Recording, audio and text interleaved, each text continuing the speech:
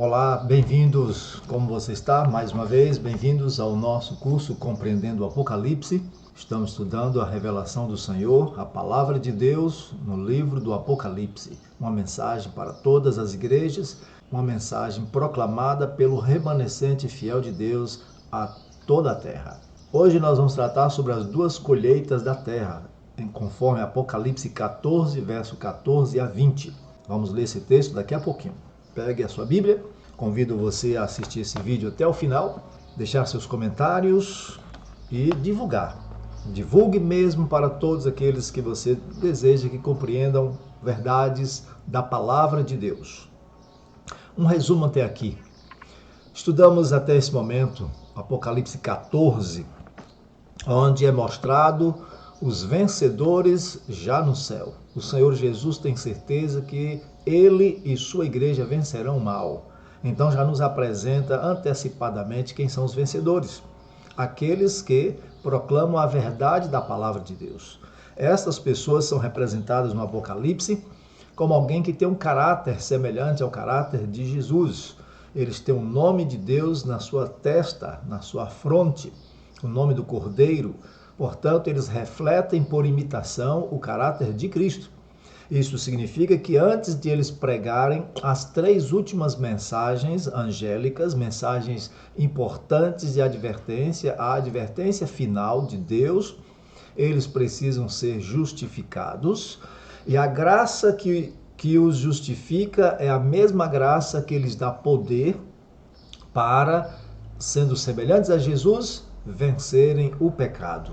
Somente assim as suas imperfeições morais terão sido apagadas, terão sido destruídas, e assim eles podem dar com forte voz, sob o poder do Espírito Santo, a advertência final.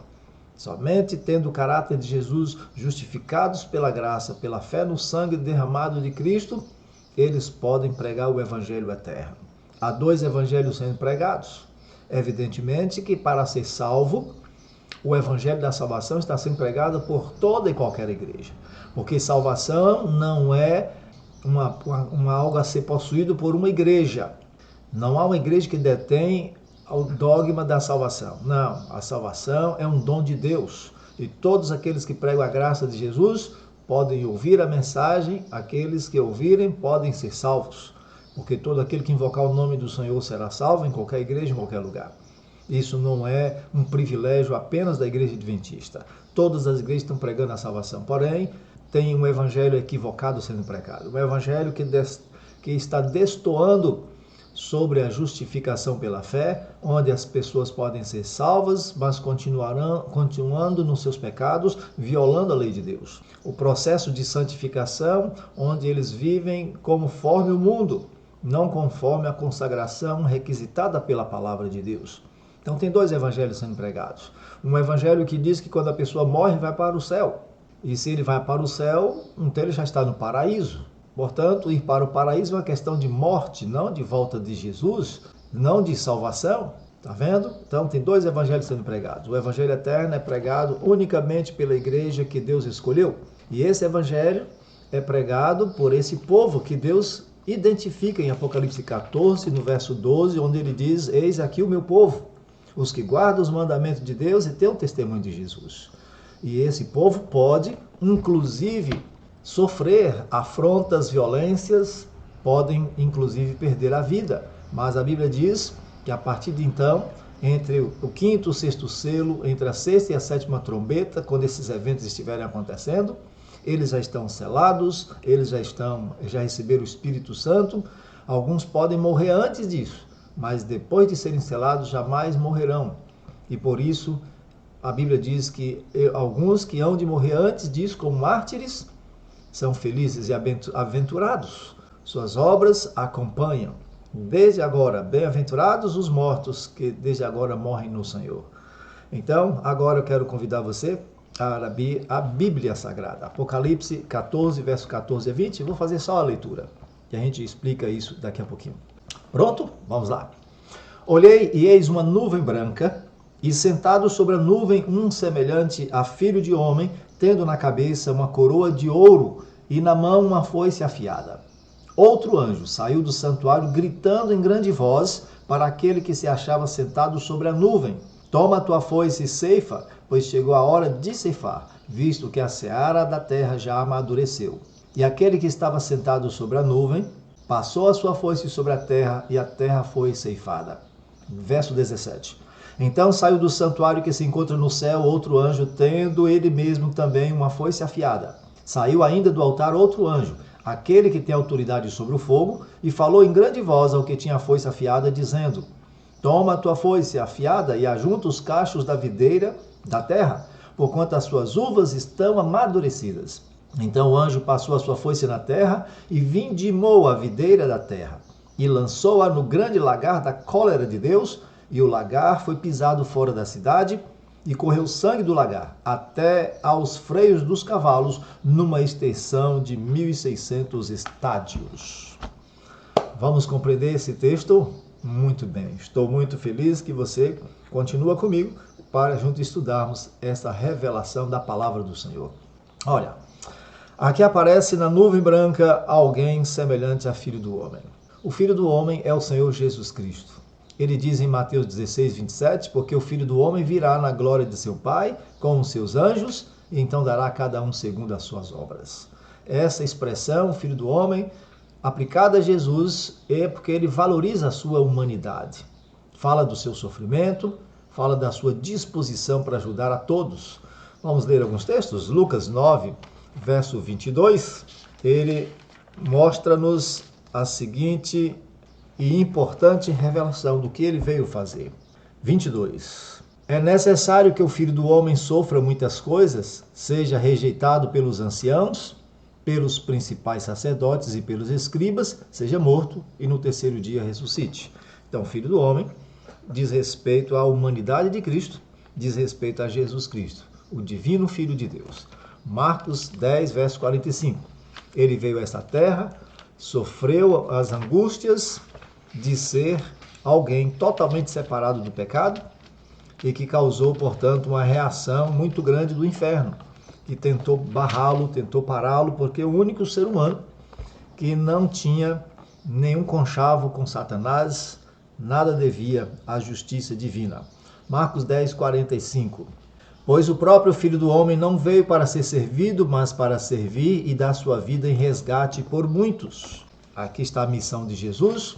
Veio para conceder a graça e o perdão através de sua vida, para que o homem pudesse ter chance, a oportunidade de vencer o pecado. Marcos 2, versos 10 a 11, Jesus é o único que nos concede o perdão dos pecados. Um homem que estava paralítico e os companheiros o atravessaram pelo telhado, e quando Jesus viu aquela cena, vendo a fé deles, olhou para o homem paralítico e disse: filho, não temas, os teus pecados são perdoados. Acharam que ele estava blasfemando, porque só Deus pode perdoar pecados. E, portanto, Jesus disse: olha, o que é mais fácil? Dizer estão perdoados os pecados ou dizer que levanta e anda? Então, para que vocês saibam que eu tenho autoridade para fazer ambas as coisas, ele disse para o homem: levante-se e ande. E o homem se levantou e andou. Portanto, Jesus é o único que pode nos dar perdão. E ele também é o único que pode nos dar a salvação. Lucas 19, verso 10, no evento lá da visita que ele faz à casa do cobrador de impostos, da casa de Zaqueu, ele proclama o seguinte, 19, verso 10 do Evangelho de Lucas: porque o Filho do Homem veio buscar e salvar o perdido. Veio buscar e salvar o perdido. Ele é o nosso Salvador. O único Salvador que esse mundo pode ter. Então, como homem, Jesus andou nesta terra, curou os enfermos, foi tentado como nós e passou por nossas provações. Veio na mesma carne que vem todo ser humano. A mesma natureza caída dos filhos de Adão. Jesus não veio para salvar anjos e, portanto, não veio numa natureza angélica e não veio numa natureza pré-lapsariana, mas uma natureza pós-lapsariana. Podemos ter certeza de que ele nos entende por causa disso e que ele está qualificado para julgar nossas decisões. O Evangelho de João, capítulo 5, verso 26, ele diz com clareza que o Pai a ninguém julga, mas confiou ao Filho todo o julgamento. Vamos ler o texto? Mateus 5, verso 26. Porque assim como o Pai tem vida em si mesmo, também concedeu ao Filho ter vida em si mesmo. E lhe deu autoridade para julgar, porque é o Filho do homem. Esta é a motivação. Você será julgado por um que se tornou igual a você. Portanto, o julgamento dele é completamente perfeito, é completamente justo, ok? Ele provou que não há desculpa para ninguém se perder, não há desculpa para ninguém continuar no pecado. Em muitas ocasiões, Jesus usou essa expressão para falar de si mesmo em conexão com a sua vinda. Mateus 24, verso 27. Vamos aos textos. 24, verso 27. Vamos ler? Assim diz a palavra do Senhor. Porque assim como o relâmpago sai do Oriente e se mostra até no Ocidente, assim há de ser a vinda do Filho do Homem. Falando de sua vinda. Usa o termo Filho do Homem para se relacionar com a sua vinda. Verso 30 diz ainda: Então aparecerá no céu o sinal do Filho do Homem, todos os povos da terra se lamentarão e verão o Filho do Homem vindo sobre as nuvens do céu com poder e muita glória. Verso 40 e 41. Então 2 estarão no campo, um será tomado e deixado o outro. 2 estarão trabalhando no moinho, uma será tomada e deixada a outra. E vai encontrar esse tipo de pessoa na igreja. Preparados e despreparados. Capítulo 25, verso 31 a 33. Quando vier o Filho do Homem na sua majestade e todos os anjos com ele, então se assentará no trono da sua glória, e todas as nações serão reunidas em sua presença, e ele separará uns dos outros, como o pastor separa dos cabritos as ovelhas, e porá as ovelhas à sua direita, mas os cabritos à esquerda. Portanto, meus queridos amigos, o texto de Apocalipse 14, que nós estamos considerando, ele não está tratando primariamente da volta de Jesus, mas da separação entre as pessoas que crêem no Senhor Jesus Cristo, se firmaram no Evangelho, e daquelas pessoas que não creem no Senhor Jesus, ok? Então, quando na crise final, cada pessoa tiver tomado sua decisão, esse mesmo Jesus disse aos anjos que vocês viram subir ao céu numa nuvem, voltará do mesmo jeito que vocês o viram subir, conforme Atos 1, versículo 11. Conforme Atos 1, versículo 11. Ok? Então vamos lá, vamos considerar o capítulo 14 mais de perto, Apocalipse 14. Essa cena de Jesus numa nuvem é a mesma cena relacionada com Daniel 7, verso 13. Apocalipse 14, verso 14 é um texto paralelo a Daniel 7, 13. Eles descrevem o julgamento divino antes do advento. Apocalipse 7,13 diz: Eu estava olhando nas minhas visões da noite, e eis que vinha nas nuvens do céu um como o Filho do Homem, e se dirigiu-se ao ancião de dias, e o fizeram chegar até ele. Aqui não é Jesus vindo à terra, ele se dirigindo ao ancião de dias no céu, a Deus Pai. Então João vê Jesus sentado em uma nuvem, com a foice na mão, esperando o momento de receber a ordem de partir. E essa é uma ordem que é Deus que invalidar. Joel capítulo 3, verso 13, pega a sua Bíblia. Porque ali mostra que um anjo dá uma ordem para Jesus. Anjo não pode mandar em Deus. Então, essa palavra malak, anjo, em grego, representa apenas que um mensageiro que pode ser Deus, o Pai, que está ali dando essa ordem. Porque a Bíblia diz em Joel 3, verso 13, que é Deus quem dá essa ordem, de ele lançar a sua foice. Veja o texto. Lançai a foice, porque está madura a seara. Vinde, pisai, porque o lagar está cheio, os seus compartimentos transbordam, porquanto a sua malícia é grande. Verso 14. Multidões no vale da decisão, porque o dia do Senhor está perto, no vale da decisão. Deu para entender? Então, esse texto fala da ordem que Yahvé, que Jeová Deus, dá para que alguém lance sua foice para ceifar, pise no lagar. Esse é o mesmo contexto de Apocalipse 14, verso 14 em diante que nós estamos lendo. Então, você observa que João não está vendo Jesus vindo à terra na nuvem. A segunda vinda ocorre somente quando Jesus recebe o mandamento: põe a tua foice e ceifa. Uma ordem dada por Deus. Portanto, Apocalipse 14, verso 14, fala que antes da volta de Jesus, acontecerá o juízo. Esse juízo começou pelos mortos a partir do ano 1844. Tem vídeo aqui no canal que fala sobre o dia do juízo. E esse juízo vai se completar partindo para o julgamento dos vivos. Então, está nos dizendo aqui que haverá, um pouco tempo depois de nossos dias, o juízo dos vivos, quando se completará todos os casos, serão julgados, e Jesus virá para dar a cada um conforme suas obras, de acordo com Apocalipse 22:12. E ele virá. Tá? Todos os casos estarão resolvidos. O próprio caráter de Deus será vindicado diante do universo, conforme o Salmo 51, verso 4, porque muita gente diz que Deus não está julgando da maneira perfeita as coisas, mas Deus vê o que ninguém vê, e todo juízo não é para atender uma necessidade divina, mas para atender a necessidade de seres que não têm onisciência e, portanto, precisam saber que o juízo de Deus foi feito com base no mais alto princípio de justiça. Salmo 51, verso 4. Pequei contra ti somente, fiz o que é mal perante os teus olhos, de maneira que serás tido por justo no teu falar e puro no teu julgar. Então, Deus julgará o pecado e as pessoas estarão realmente conscientes que merecem o resultado desse juízo. E Jesus virá então nas nuvens para os redimidos. Marcos capítulo 13. Nós sabemos que depois desse ajuntamento do povo de Deus, de todas as famílias da terra, Jesus virá para buscar seu povo. Não haverá um arrebatamento secreto. Esse é o falso evangelho sendo ensinado. O arrebatamento acontece na volta de Jesus para todos aqueles que estão preparados para encontrar com o Senhor nas nuvens.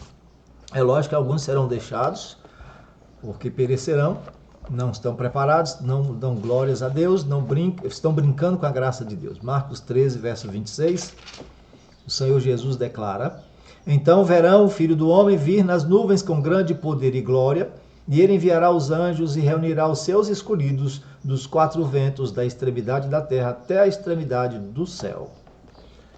Deu para entender aqui, querido amigo? Que Deus abençoe que você esteja preparado para esse grande evento.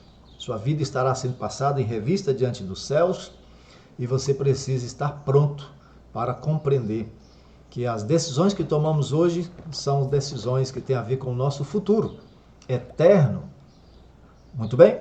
Então, como é que está explicado nas Escrituras, como é que a Bíblia revela e identifica os seres humanos no mundo e na igreja? Há duas classes de pessoas, boas e ruins, no mundo e também na igreja. Mas como é que isso está determinado nas Escrituras? Como é que a Bíblia faz a radiografia dos seres humanos sob o olhar divino da revelação?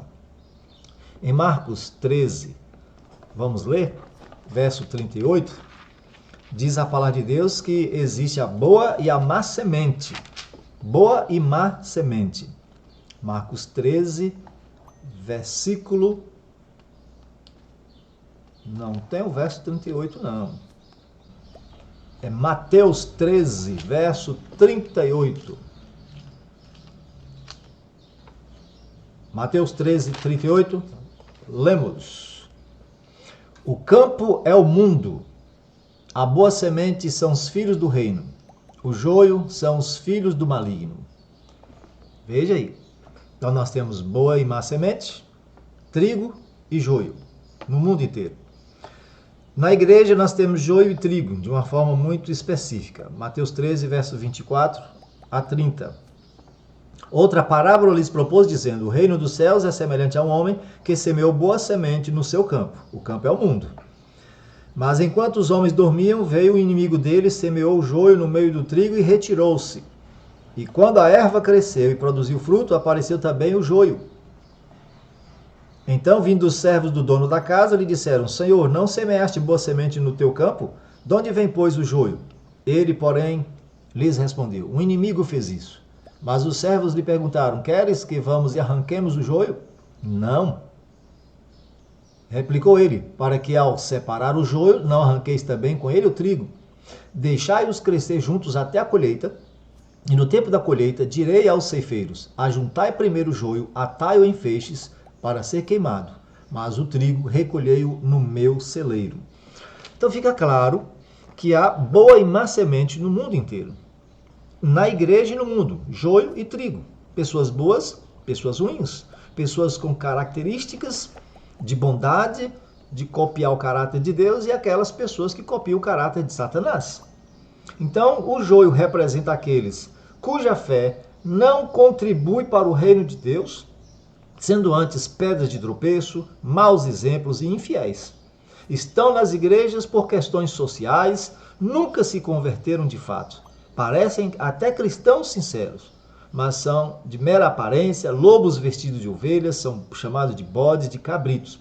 O comportamento, as atitudes, as ações demonstram que nada do que ouviram ou aprenderam na igreja modificou-lhes o caráter.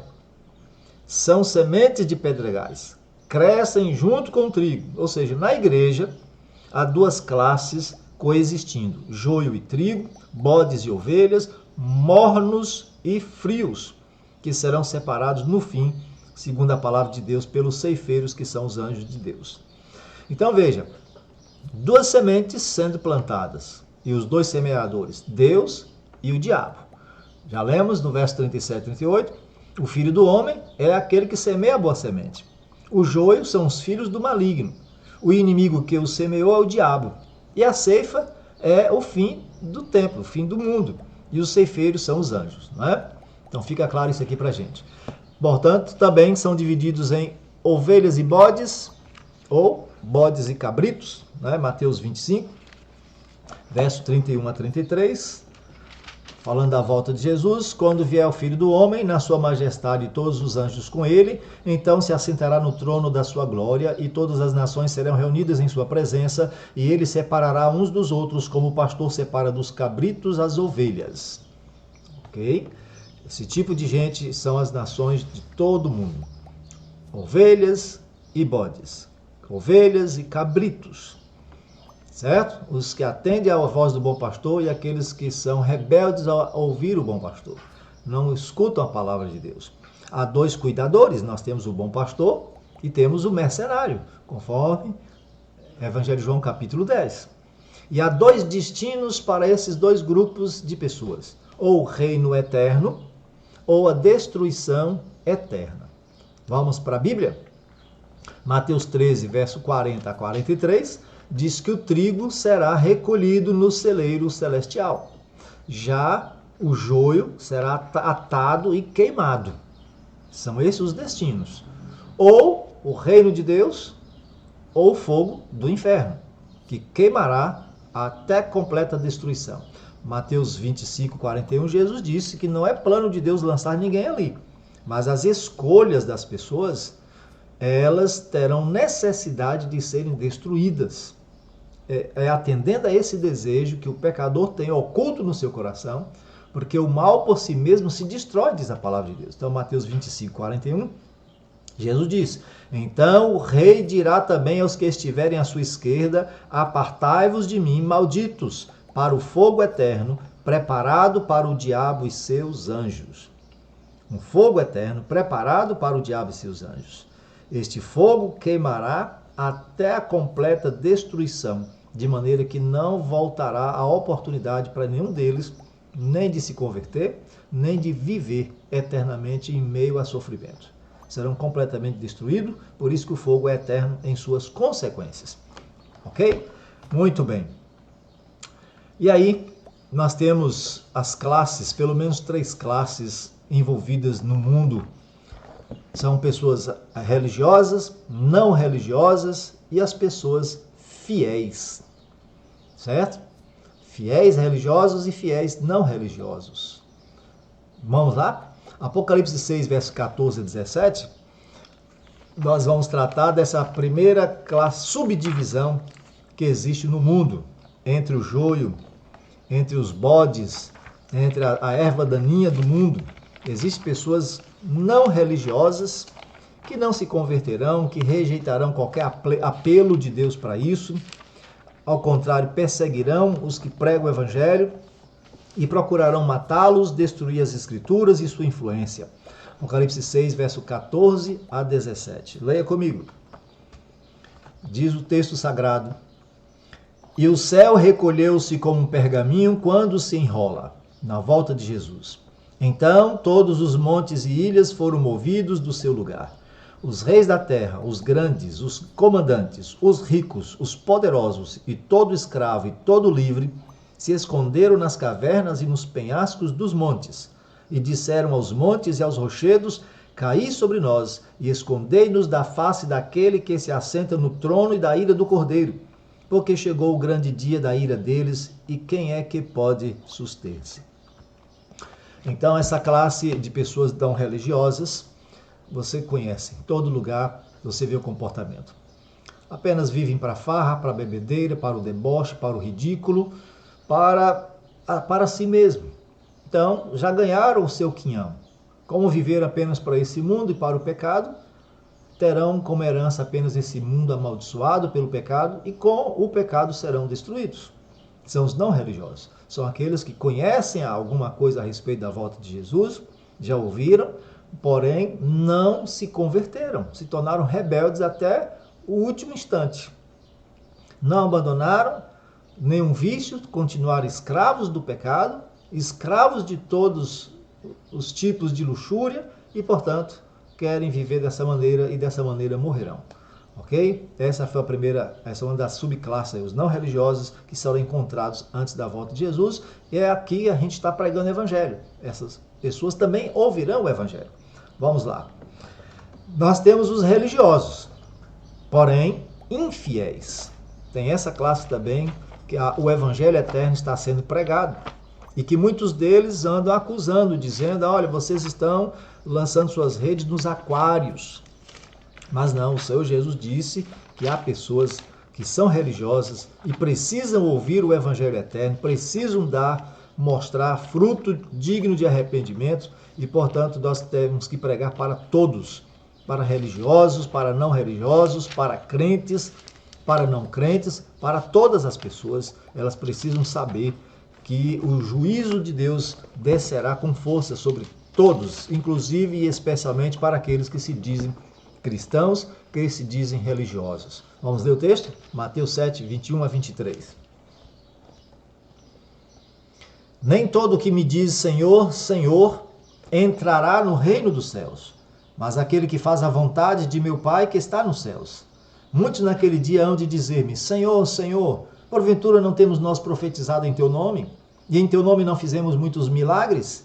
Então lhes direi explicitamente: nunca vos conheci. Apartai-vos de mim, os que praticais a iniquidade. Muito triste as pessoas estarem pregando o evangelho, ensinando de casa em casa, mas eles, apesar de fazerem prodígios, sinais e maravilhas em nome de Jesus, fizeram com outra intenção no coração. Jesus diz que não os conhece porque eles, e a iniquidade e o pecado, eles e a falta de compromisso com a lei de Deus e com a ética do reino de Deus marcou a vida deles.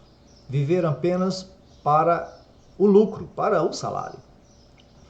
Não é muito difícil você encontrar igrejas que pensam, agem assim, e que há pessoas que mantêm esse sistema corrupto de coisas na face da terra. Portanto, esses religiosos e infiéis estarão levando milhares de pessoas à destruição. São pessoas que compreendem o evangelho, mas, no entanto, por causa do seu pecadinho preferido, por causa do lucro, do comodismo que a religião lhes dá, eles não querem outra forma de viver a não ser manipular as pessoas e colher delas o fruto do seu evangelismo, que é dinheiro. Não é triste isso? Vamos continuar? Falando agora dos religiosos fiéis, que haverão de existir na volta de Jesus, o profeta Daniel, já lemos muitas vezes esse texto, o profeta Isaías, capítulo 25, no versículo 9, fala que nesse momento haverá dois Jesus na face da terra, um falso e um verdadeiro. O anticristo original, que entre a sexta e a sétima trombeta estará na terra, estará no mundo, iludindo as pessoas, juntamente com falsos deuses, aparições de pessoas que já morreram e que retornarão. São anjos, espíritos malignos que se transmutarão nessas pessoas e estarão enganando o mundo. E como ato do grande final nesse drama, Satanás mesmo prefigurará a Cristo. Ou seja, vai se disfarçar de Cristo e estará no mundo causando mais confusões. Mas aqueles que não estudam a palavra de Deus serão enganados. Porém, uma classe permanecerá fiel. Apesar de terem perdido privilégios, serem proscritos, sofrerem retaliações, eles permanecerão fiéis. E eles reconhecerão quem é o verdadeiro Jesus e qual é o falso. Isaías 25:9 diz assim: naquele dia se dirá: eis que este é o nosso Deus, em quem esperávamos, e ele nos salvará.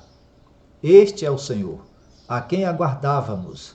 Na sua salvação exultaremos e nos alegraremos. Então, meu amigo, querido irmão, essa classe de pessoas que haverá no mundo são duas classes subdivididas: os fiéis e os infiéis. Os fiéis só têm apenas um grupo, são aqueles que guardam os mandamentos de Deus e têm um testemunho de Jesus. Esses são chamados a pregar e ensinar o verdadeiro evangelho para você. E entre o grupo dos perdidos, nós temos crentes falsos, ímpios, pessoas não religiosas de todas as classes sociais. Em qual desses grupos você vai estar? Precisamos nos preparar para isso. Então vamos para o Apocalipse, vamos analisar direitinho o que diz a palavra do Senhor. Porque a história deste mundo está prestes a chegar ao fim com a vinda de Jesus e o juízo final, quando todos receberão o galardão, segundo as suas obras, conforme Apocalipse 22:12. Antes disso, acontecerá o grande julgamento do povo de Deus, o povo do Senhor para o reino de Deus. O juízo para a igreja é para mostrar para o universo que esse povo foi remido e lavado no sangue de Jesus e produziram frutos correspondentes. O caráter foi mudado, foi transformado pela pregação do Evangelho.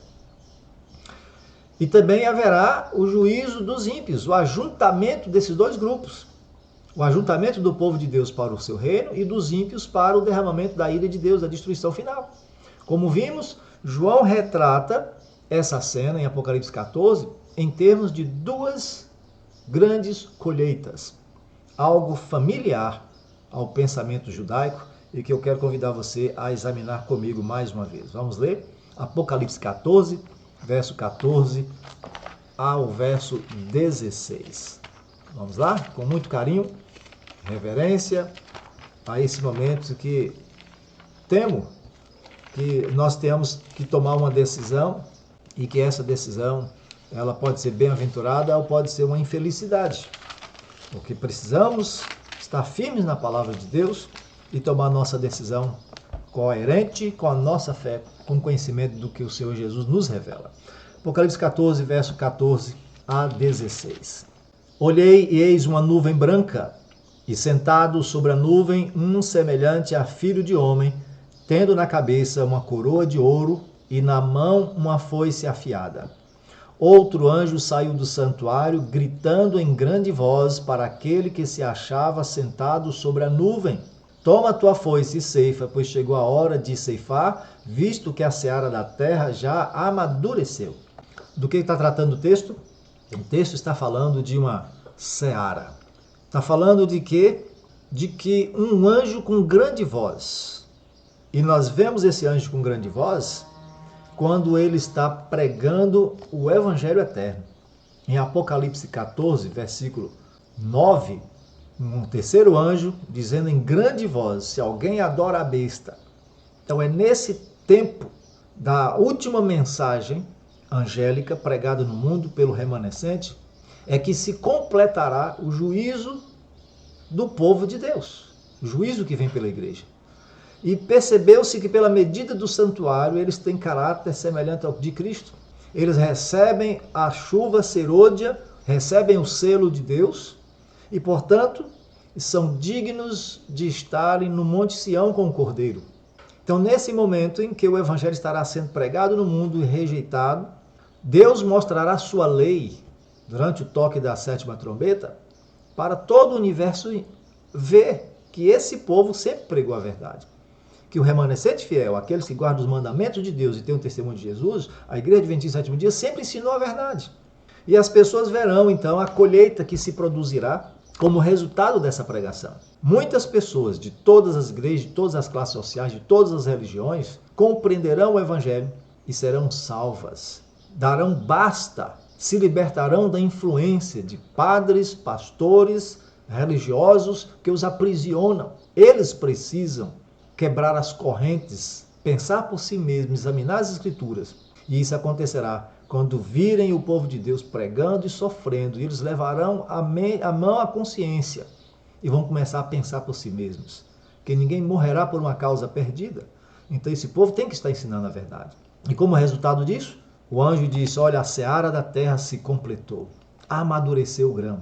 O povo de Deus, pela graça operosa do Espírito, está pronto para a trasladação, está pronto para serem recolhidos para o celeiro eterno. Jesus virá para buscar o seu povo quando o seu caráter houver sido manifestado, reproduzido no seu povo. E ele espera com muita ansiedade, com muito desejo que isso aconteça. Que a bondade, o amor, a misericórdia, a justiça, isso se reproduza. O fruto do Espírito na mente e no coração de cada fiel servo de Deus.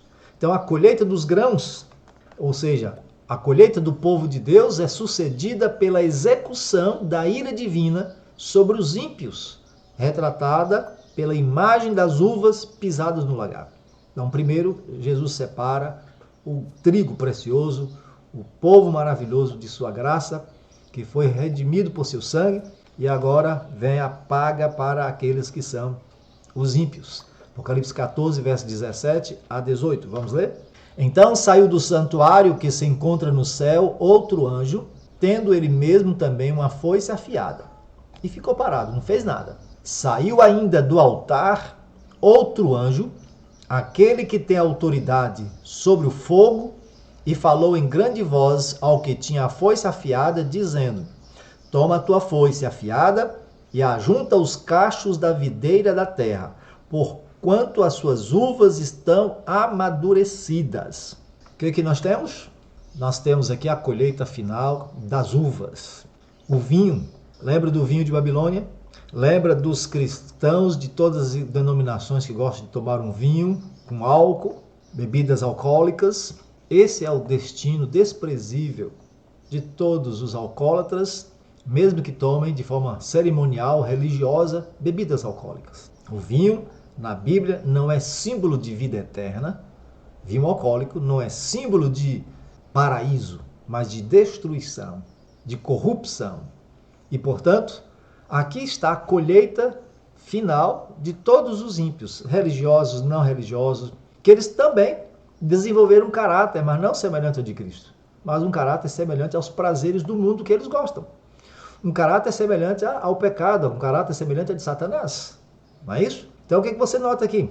Lança a tua foice aguda e vindima os cachos da vinha da terra, porque já suas uvas estão maduras. Apocalipse 14, 18.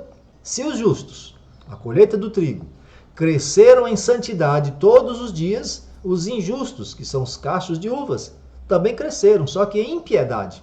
A contínua recusa em fazer a vontade de Deus produz impiedade e, eventualmente, uma consciência insensível. Uma consciência que foi cauterizada pelo pecado, conforme 1 Timóteo 4, verso 1 e 2. Dando ouvidos a ensino de demônios, falsos ensinamentos, rejeitando a palavra de Deus, até o ponto que eles não quiseram mais ouvir a verdade. Cauterizaram a consciência, tornou a consciência insensível. Já não faz mais nenhum recurso positivo na vida deles ouvir o Evangelho, a não ser ira constante, raiva contra aqueles cuja vida são uma reprovação à maldade com que eles vivem, ao pecado com que eles vivem. Este é o estado em que cada pessoa se encontrará quando o tempo da graça concedido por Deus terminar. Ou ela foi santificada, ou ela rejeitou completamente a graça divina. Porque no santuário de Deus, onde esse processo de juízo, de investigação, de avaliação está acontecendo, será dada o veredito final, conforme Apocalipse 22:11, que diz: continue o injusto fazendo injustiça, continue o imundo ainda sendo imundo, o justo continue na prática da justiça e o santo continue a santificar-se. Ou seja, depois do fechamento da porta da graça, os caracteres, o caráter de cada um se tornará imutável, já não mudará mais. O justo vai continuar sendo justo, o ímpio continuará sendo ímpio. O justo não pecará mais, o ímpio continuará na sua trajetória de pecado e destruição. Então o contraste é impressionante e evidente para todo o universo. Cada um revelará com suas palavras e conduta a quem escolheu servir. Lembre-se de que essa decisão será o resultado das decisões que você toma todos os dias.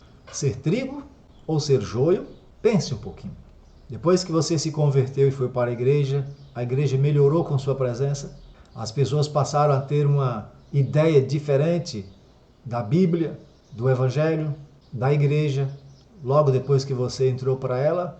Ou todos começaram a torcer o nariz e começou a pensar, essa pessoa é crente? Como pode ser assim? É por isso que existe um juízo, é por isso que existe uma avaliação do caráter das pessoas antes da volta de Jesus. Não é porque diz, Senhor, Senhor, sou de Jesus, paz de Deus, paz do Senhor, paz de Cristo, paz de Jesus. Não é por conta disso que as pessoas serão levadas para o céu. Não. Será porque elas copiaram o modelo divino, Jesus. São cristãos justamente porque copiaram Jesus, andaram com Deus, guardaram sua lei, guardaram seus mandamentos, viveram de acordo com a fé em Cristo, com a fé de Jesus. E aí, meu amigo? O destino dos infiéis está registrado aqui no capítulo 14 de Apocalipse, versos 19 a 20. Essas uvas são jogadas num lagar, num tanque, fora da cidade, porque fora da cidade significa que eles perderam a salvação. E ali eles são pisados. Esse era o processo de fazer fabricação do vinho. São pisados e destruídos. Apocalipse 14, versos 19 e 20 diz assim, ó: então o anjo passou a sua foice na terra e vindimou a videira da terra. E o que acontece? E lançou-a no grande lagar da cólera de Deus. E o lagar foi pisado fora da cidade e correu sangue do lagar, que é o suco de uva, até os freios dos cavalos, 1,00 m e tanto de altura, numa extensão de 1.600 estádios. Isso aí dá uns 300 e tantos quilômetros de distância. Isso significa que o destino dos ímpios, a sua destruição é completa e eterna. É isso que está mostrando com esses sinais assim tão sangrentos. Apocalipse 19, no verso 13, tratando dessa cena que acontece no momento da volta de Jesus, diz assim, ó, que ele virá como se estivesse montado num cavalo e com vários diademas na cabeça, e está vestido com um manto tinto de sangue, e o seu nome se chama o Verbo de Deus. E seguiam-no os exércitos que há no céu, montando cavalos brancos com vestiduras de linho finíssimo, branco e puro. Isso é Jesus retornando, vestido com um manto tinto de sangue, acompanhado dos exércitos celestiais. E o texto continua, verso 15 e 16. Sai da sua boca uma espada afiada para com ela ferir as nações, e ele mesmo as regerá com cetro de ferro, e pessoalmente pisa o lagar do vinho do furor da ira do Deus Todo-Poderoso. Ele tem no seu manto e na sua coxa um nome escrito, Rei dos Reis e Senhor dos Senhores. Esse texto ele tira também de Isaías, no capítulo 63, versículos de 1 a 6. Lembre-se, o Apocalipse foi escrito para quem estuda a Bíblia. Para entender o Apocalipse, você precisa apenas estudar a Bíblia. Quem é este que vem de Edom, de Bósra, com vestes de vivas cores, que é glorioso em sua vestidura, que marcha na plenitude da sua força? Sou eu, que falo em justiça, poderoso para salvar. Porque está vermelho o traje e as tuas vestes como a daquele que pisa uvas no lagar? Ele responde, o lagar eu pisei sozinho, e dos povos nenhum homem se achava comigo. Pisei as uvas na minha ira, no meu furor as esmaguei, e o seu sangue me salpicou as vestes e me manchou o traje todo. Porque o dia da vingança me estava no coração. Continuando o texto, e o ano dos meus redimidos é chegado. Olhei e não havia quem me ajudasse, admirei-me de não haver quem me sustivesse, pelo que meu próprio braço me trouxe a salvação e meu furor me susteve. Na minha ira pisei os povos, no meu furor embriaguei-os, derramando por terra o seu sangue. Esta é uma cena muito triste, aterrorizante, porque as pessoas terão tomado sua decisão. E é incrível, porque quando a Bíblia fala sobre a ira de Deus, não significa que Deus irado agora para destruir com vontade, com sede de sangue. Não. Toda a ira de Deus na Bíblia, tanto no Antigo quanto no Novo Testamento, representa o Deus de amor concedendo para os ímpios o maior desejo deles, que é que alguém os destrua. Porque eles chegaram a um ponto de tamanha impiedade que eles querem que aquilo acabe. Viver como um pecador nessa terra não é algo bom. Então eles querem que, de alguma forma, esse sofrimento que eles passam, como psicopatas, como malucos, como pessoas que estão vivendo para a destruição, é que eles morram, que sejam destruídos. E, portanto, Deus concederá esse desejo final para cada pessoa nessa terra. Para os santos, a eternidade. Para os ímpios, a destruição e o apagamento eterno de sua memória, do registro de sua vida no fogo. O famoso fogo do inferno que acontecerá depois do milênio. Vamos estudar sobre o milênio aqui. Então é isso, amados. Está chegando o dia em que a misericórdia não estará mais disponível. Está chegando o dia em que Jesus, o Rei dos Reis e Senhor dos Senhores, estará vindo e dentro de pouco tempo. E cabe a nós, agora, tomarmos nossa decisão. De que lado nós vamos estar? É importante que você entenda isso. De que lado? Qual será a sua decisão? Em qual grupo você vai estar? Entre o trigo ou entre as uvas? Sendo bode ou ovelha? Joio ou trigo?